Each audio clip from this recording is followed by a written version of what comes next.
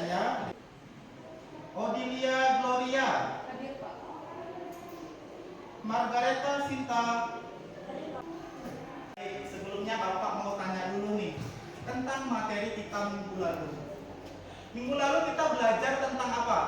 Membangun persaudaraan sejati melalui kerjasama antarumat beragama. Membangun persaudaraan sejati Melalui kerjasama antar umat beragama. beragama. Sekarang kita akan masuk pada materi yang baru, yaitu dasar keterpanggilan gereja dalam membangun bangsa dan negara.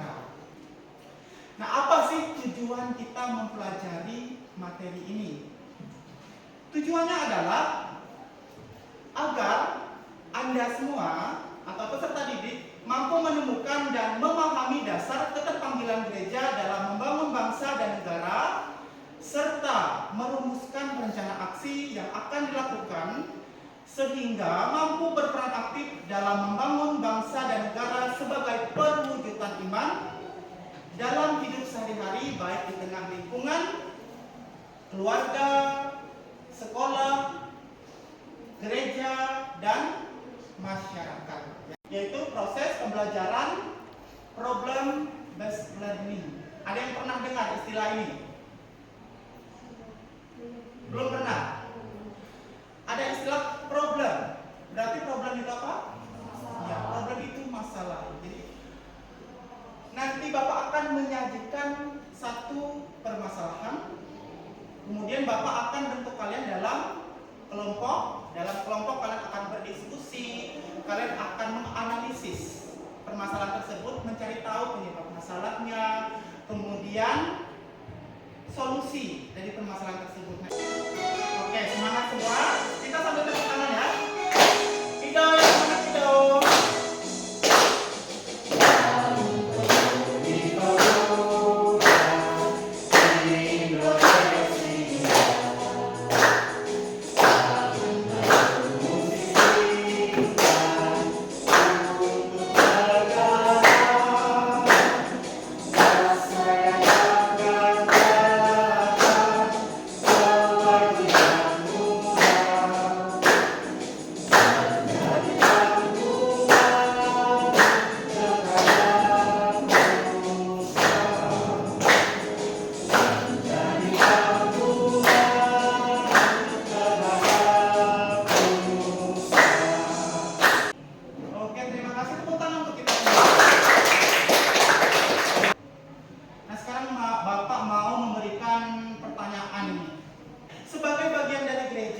Hal baik apa yang sudah kalian semua lakukan? Bahkan sebagai orang Katolik, sebagai warga gereja, hal baik apa selama ini yang sudah pernah kalian semua lakukan? Misalnya apa? Tidak terlambat, ya. Artinya kita bertanggung jawab dengan waktu. Tahap yang pertama ini, Bapak akan mengarahkan kalian pada satu permasalahan. Permasalahan ini Bapak akan bagi dalam bentuk link. Jadi kalian tinggal klik link yang sudah Bapak bagikan dalam grup ya. Semua membentuk kelompoknya masing-masing. Karena jumlah kita ini ada berapa? Ada 9. Berarti Bapak akan bagi kalian dalam 3 kelompok. Ya, jadi satu kelompok berjumlah 3 orang siswa. Silakan membentuk kelompok langsung saja sesuai dengan barisan saja ya. KPD yang sudah Bapak berikan, di situ sudah ada arahan pertanyaan yang harus kalian jawab. Jadi silakan sekarang untuk bekerja dalam kelompoknya masing-masing. Kelompok 1, kelompok 2, kelompok 3 ya.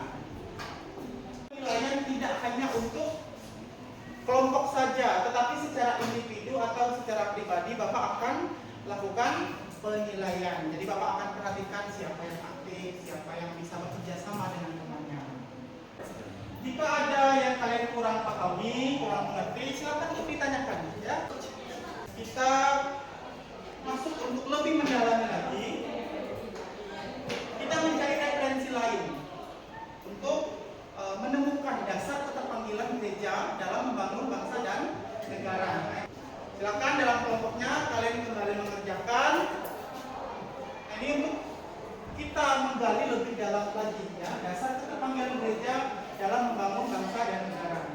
Jika sebelumnya kalian sudah mengamati video, sudah mengamati artikel, sekarang kita masuk dalam dasar biblis dari kitab suci. Jadi pada bagian ketiga atau sintaks ketiga ini kita masuk pada menghubungkan dengan bacaan kitab suci dari Markus bab 12 ayat 13 sampai dengan 17. Ini juga sudah ada di dalam LKPD kalian. Sudah selesai ya. Nah, sekarang waktunya kita untuk presentasi dari apa yang sudah kalian diskusi ya. Saja kami akan memaparkan hasil dari kerja kelompok kami. Nomor 1, poin yang pertama, kurangnya bimbingan orang tua yang mengakibatkan anak tidak bisa berlaku bijak dalam memanfaatkan handphone dan teknologi lainnya. Kemudian pengaruh dari pergaulan dengan sesama orang yang tidak bijak. Kemudian anak mendapatkan kepuasan instan dari penggunaan handphone. Kemudian gadget melepaskan dopamin di otak dan dikenal sebagai minuman kebahagiaan. Nomor 2, yaitu akan lebih emosional, pemberontakan, malas, tidak peduli dengan sekitar, merasa kesepian, stres, dan tidak ada kegiatan ketika waktu luang. Nomor 3, tidak. Sikap pelajar dalam video tersebut menggambarkan ketergantungan dan ketidakbijakan dalam penggunaan gawai. Sikap tersebut tentunya akan berpengaruh buruk bagi masa depan. Nomor 4, sebagai seorang pelajar dan generasi penerus bangsa, tentunya kita perlu mengembangkan wawasan kebangsaan dan keagamaan supaya dapat membimbing dalam pembentukan karakter. Kemudian nomor 5, permasalahan tersebut berkaitan dengan dasar keterpanggilan gereja dalam membangun bangsa dan negara melalui bentukan generasi muda yang seharusnya sesuai dengan nilai-nilai kebangsaan dan keagamaan, tapi malah dihancurkan oleh ketidakbijakan dalam penggunaan gawai. Demikianlah hal yang dapat kami sampaikan. Apabila dari kelompok lain yang ingin bertanya, kami persilahkan. Oke, baik, terima kasih untuk kelompok 3 yang sudah mempresentasikan hasil diskusinya. Kita berikan tepuk tangan untuk kelompok 3. Sekarang kita masuk pada kelompok 2 yang akan mempresentasikan hasil diskusinya. Jawaban yang pertama, Monsignor Albertus Sorgijakarta adalah orang Indonesia pertama yang diangkat menjadi uskup agung setelah sebelumnya dinobatkan menjadi vikaris apostolik Semarang, yang merupakan tokoh penting dalam sejarah gereja Katolik di Indonesia. Yang keempat, menjadi umat Katolik tangguh yang mengakar dan mandiri, serta menjadikan umat Katolik sebagai bagian dari bangsa dan negara yang peduli dan aktif. Sekian presentasi kami. Ada yang ingin ditanyakan? Kelompok kami ingin bertanya, apa pengertian dari 100% Katolik dan 100% Indonesia? Sudah? Sudah. Terima kasih atas pertanyaannya. Izinkan saya menjawab pertanyaan. Karena pada prinsip Monsignor Albertus Sorgijakarta mendorong tumbuhnya nasionalisme umat Katolik yang harus peduli dan aktif terlibat dalam kehidupan berbangsa dan bernegara. Dari hal-hal itu muncul pernyataan Monsignor adalah kita adalah sungguh-sungguh Katolik. Daripada itu kita adalah sebenarnya patriotik juga. Apakah bisa dipahami? Bisa. Oke, terima kasih untuk kelompok 2 ya, untuk kelompok 2 yang sudah mempresentasikan hasil diskusinya. Kita berikan aplaus untuk sekarang kita akan mendengarkan presentasi dari hasil diskusi kelompok 1 ya.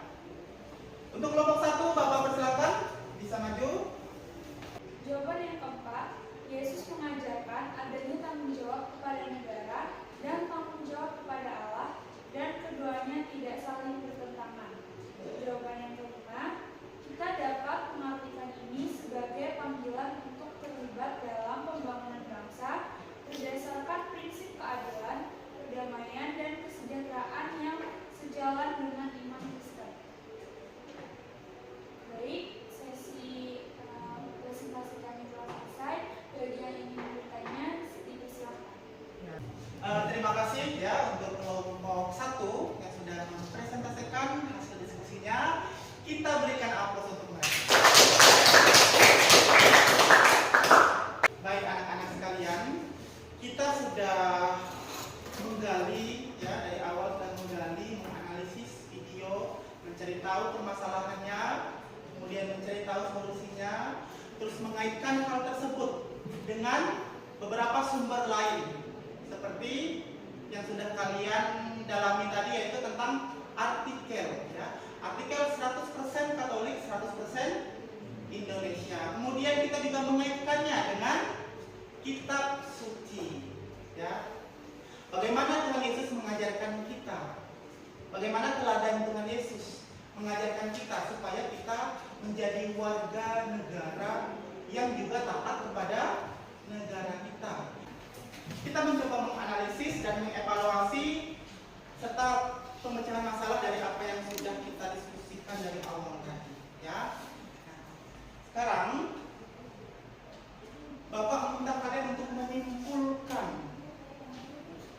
apa yang menjadi kesimpulan umum dari apa yang sudah kita bahas dari awal, dari penyajian permasalahan, kemudian data-data yang sudah kita peroleh. Kemudian saat ini Bapak mau kalian kita bersama-sama untuk menyimpulkan semuanya. Ada yang bisa memberikan tanggapannya? Ya, silakan Ori. Baik, kesimpulannya itu sebagai orang Katolik kita mesti menyeimbangkan cinta dan tanggung jawab kita terhadap gereja dan juga terhadap negara. Menyeimbangkan ya. Jadi kita harus seimbang kecintaan kita terhadap gereja dan terhadap negara. Ada lagi? Silakan Elizabeth. Hendaknya kita menunjukkan sikap teladan yang baik dalam lingkungan keluarga, sekolah, dan masyarakat.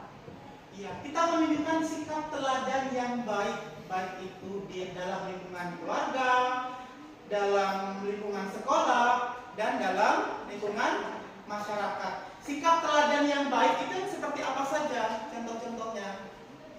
Sikap teladan yang baik, kita mengutamakan kejujuran misalnya. Apalagi? Menghormati. Ada lagi?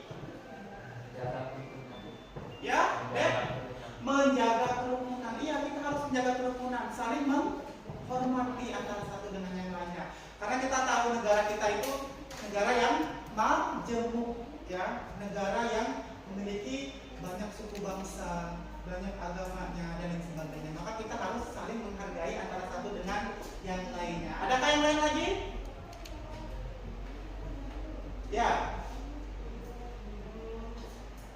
Kesimpulan dari kelompok 3, sebagai orang pelajar sedini mungkin kita mesti mempersiapkan diri untuk masa depan, karena masa depan yang baik akhirnya kita bisa ambil bagian dalam membangun bangsa dan negara. Iya, sebagai seorang pelajar, siswa, murid ya, sedini mungkin mestinya kalian sudah bisa mempersiapkan diri untuk masa depan kalian. Karena dengan masa depan yang baik, otomatis nantinya kalian akan bisa terlibat aktif dalam membangun bangsa dan negara kita. Entah melalui apa, bisa melalui pekerjaan yang kita lakukan dan lain sebagainya. Ya, jadi itu kesimpulan untuk kita. Semoga ini semua bisa kalian ingat, bisa kalian terapkan dalam kehidupan sehari-hari. Ya, kalau tadi kita sudah bersama-sama mengevaluasi dan menyimpulkan, ya, sekarang kita masuk pada bagian penutup pembelajaran kita. Pada bagian ini Bapak akan kembali memberikan penguatan dari apa yang sudah kita diskusikan bersama dari awal, pertengahan sampai hingga berakhirnya saat ini ya.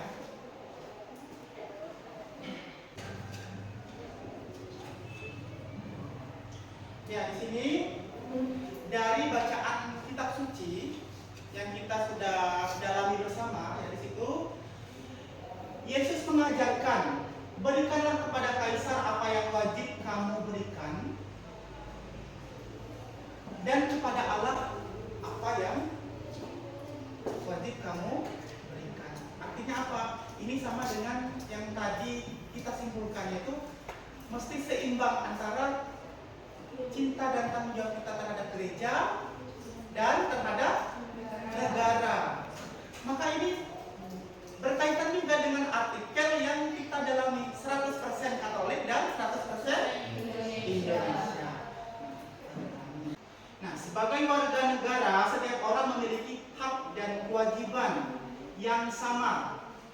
Siapa yang memiliki lebih, hendaknya memberi lebih agar tercipta keadilan dan kesejahteraan semua warga. Artinya apa di sini? Saling membantu. Yang berlebihan membantu yang kekurangan. Ada banyak pesan yang bisa kita petik di sini. Hendaknya pesan itu bisa diingat, ditanamkan di dalam hati kita masing-masing dan dipraktekkan dalam kehidupan kita, ya. Jadi kita ada di tengah-tengah orang banyak, hendaknya kita menjadi apa? Menjadi berkat. Artinya dengan kehadiran kita memberikan hal yang positif bagi orang lain, ya. Oke. Ini sedikit penegasan dari apa yang sudah kita pelajari bersama, apa yang sudah kita diskusikan bersama dari awal tadi hingga saat ini. Baik, tadi Bapak sudah memberikan sedikit penguatan untuk kita semua terkait dengan apa yang sudah kita bahas bersama. Nah, sekarang Bapak kasih kesempatan lagi nih untuk kalian. Siapa tahu dari apa yang sudah kita lewati bersama, ada hal yang kalian belum pahami, belum mengerti dan mau kalian tanyakan. Apakah ada yang mau ditanyakan? Jika ada, silakan. Sudah jelas semua? Jelas. Paham semua? Paham. Berarti siap untuk membuat aksi nyata dalam kehidupan sehari-hari, ya? Sekarang refleksi. Dalam refleksi ini Bapak mau bertanya, sudahkah kalian menemukan rasa untuk memaafkan atau menghargai teman dalam diskusi yang kita lewati bersama tadi? Kenapa? Dalam diskusi pastinya ada perbedaan pendapat, ada perdebatan, ya. Biasanya itu menjadi sesuatu hal yang mengganjal di dalam hati. Jadi pertanyaan untuk kita semua, sudahkah kalian menerima perbedaan pendapat itu tadi dan mau memaafkan ketika ada terjadi perdebatan selama proses diskusi? Nah, itu menjadi refleksi kita di dalam hati masing-masing, sehingga ke depan kita mau membuat apa lagi? Hal baik apa yang mau kita lakukan? Dari apa yang sudah kita lewati sepanjang pembelajaran kita pada hari ini. Nah, sekarang Bapak akan memberikan asesmen, penilaian, ya, dari apa yang sudah kita pelajari, apa yang sudah kita dalami. Bapak akan kirim link soal dalam Google Form